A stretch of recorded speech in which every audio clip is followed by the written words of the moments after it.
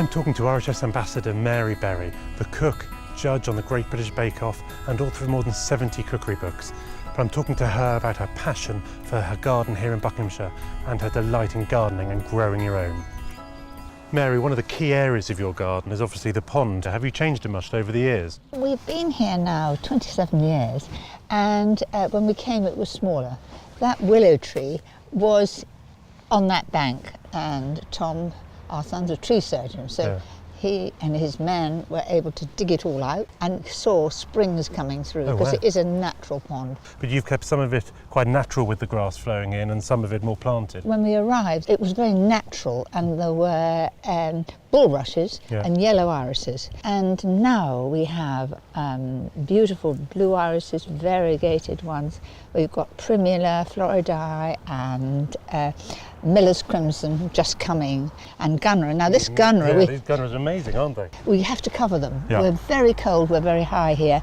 We do it first of all with their own leaves. The old leaves you put on top, and then we mulch it and it's covered so it doesn't all blow away, and we've just taken it off. Let's hope there's not a frost. Well, yeah, because these emerging shoots are absolutely beautiful, aren't they? They're gorgeous.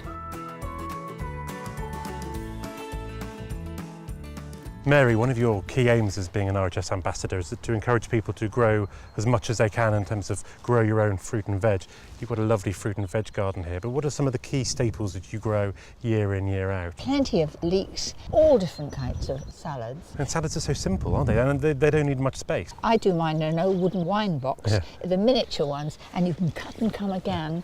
And herbs. You've got a great range of herbs here. They're all edible herbs. When you see in a supermarket that rosemary people pay for, I mean really, you could have one bush in your garden. You can have it in your garden amongst the flowers and chives. I mean, again, that's marvellous to grow because being a perennial, it goes on. And thyme, we have lemon thyme and broadleaf thyme because we use them in cooking. So that's the main advice. Now, don't worry about the space, but grow what you want to eat. Exactly. Mary, your rose borders are quite a traditional take on roses, and you have this lovely mix of different plants, but also with the catmint underneath. What colours of roses do you have in here? These are all varied. If I had my time again, I would have one variety. The path when we came was half this size, but I read in my RHS magazine, the garden magazine, yes, in the garden magazine, that two people should be able to walk side by side. So we widened it, and here we are, two of us walking side by side.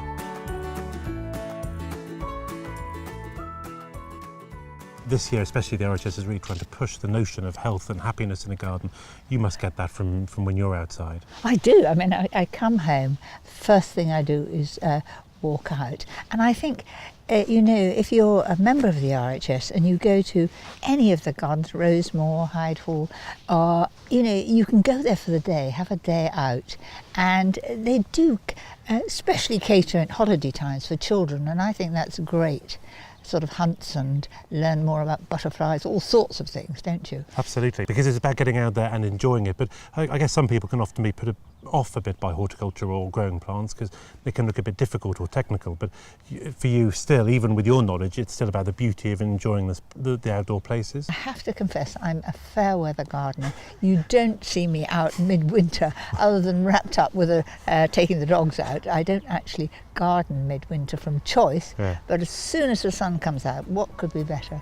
You relax, you enjoy it, puts a smile on your face. Absolutely.